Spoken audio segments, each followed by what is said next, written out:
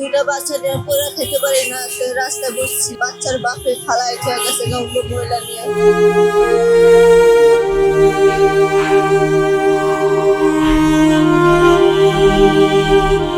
গ্রামের সুতা নিয়ে বাইরে রাত কাটায়, এটা আমি জানতাম না।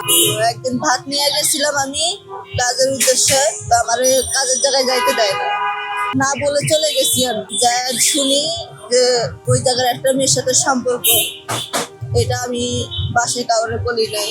আরেকদিন ওরা বন্ধু বান্ধব ফোন দিয়ে বলছে যে উনি বিষ খাইছে, তো আমি ভালো কথা বিষ খাইছে, তাহলে আমি আসি দেখি, যদি হাসপাতালে নিতে হয় তাহলে নিবো। হ্যাঁ, আবার ফোন দিয়ে বলকে তুই আইবি নাই যাবে, আমি গেলাম না। তো আমার বাসা থেকে আমি 3টা মানুষ পাঠাইছি যে বোন তোরা যায় দেখ এটা কি হাসা না মিশা। এটা পাঠানো আমার অপরাধ, এই জন্য আমাকে মাইরা ফেলাইতে আসছিল।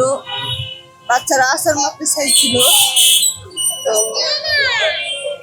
এই জায়গাটা টিপতে ধরছে, তো এখনো ব্যথা আছে অবস্থা আমার। তখন আমার হাতে কোনো টাকা পয়সা ছিল না, আমি 3 দিন না খাইছিলাম। 3 দিন না খাই থাকলে তো হবে না। আমার 2টা বাচ্চা তো আর সহ্য করতে পারবো না, তাই রাস্তায় নাম আমার। ওদেরকে ছাড়া কেউ কাজ দেয় না, আমি কাজ করতে পারি না। আমার পেটে একটু সমস্যা আছে, আমি সে কারণে রাস্তায় চাই খাই, এটাই আমার সমস্যা।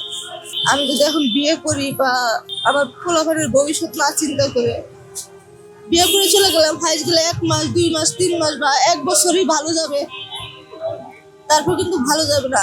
না পারবো না ওইদিকেও সামলাইতে, না পারবো এদিকেও সামলাইতে। এটা চিন্তা করে আমি বিয়ে বসি নাই যে আমার মতন ওজন লাতুসটা না খায়। এই যে মানুষের কাছে হাত পাতে টাকা, এই দিয়ে যা হয় মোটামুটি আমার কষ্ট হইলো, ঠিক মতন খাওয়াটা চলে যায়। ওদেরকে দেখার মতন কেউ নাই যে আমি বাসা বাড়িতে কাজ করবো বা গার্মেন্টস কাজ করবো, নিজে না খাই ওদেরকে খাওয়াই। আপনি তো মেয়ে মানুষ, আপনি তো রাস্তায় থাকেন, অনেকে আছে যে আপনার খারাপ প্রস্তাব দেয়, এই ধরনের কখনো হয়েছে কি? খারাপ প্রস্তাব সবাই দিতে পারবে, যেমন বড় গাছে বড় ধরলে সবাই ঢিল মারে। আমরা তো হাতের মুঠি না খুলে দিই, কেউ কি ঢিল মারতে পারবে? পারবে না, হাজার চেষ্টা করলেও পারবে না। কারণ আমি সবার মতন না, আমি আমার মতো। আমি চেষ্টা করি যে আমি যত সেফ থাকবো আমার জন্য ভালো, আমার বাচ্চাদের জন্য ভালো। এই কারণে এইগুলো চিন্তা ভাবনা করে আমি এই পথে আসি। তো ভালো মানুষ নেই, ভালো মানুষ থাকলে হয়তো সাহায্য মাঝে করতে পারতো, সেরকম মানুষ আজ পর্যন্ত এখনো পাই না।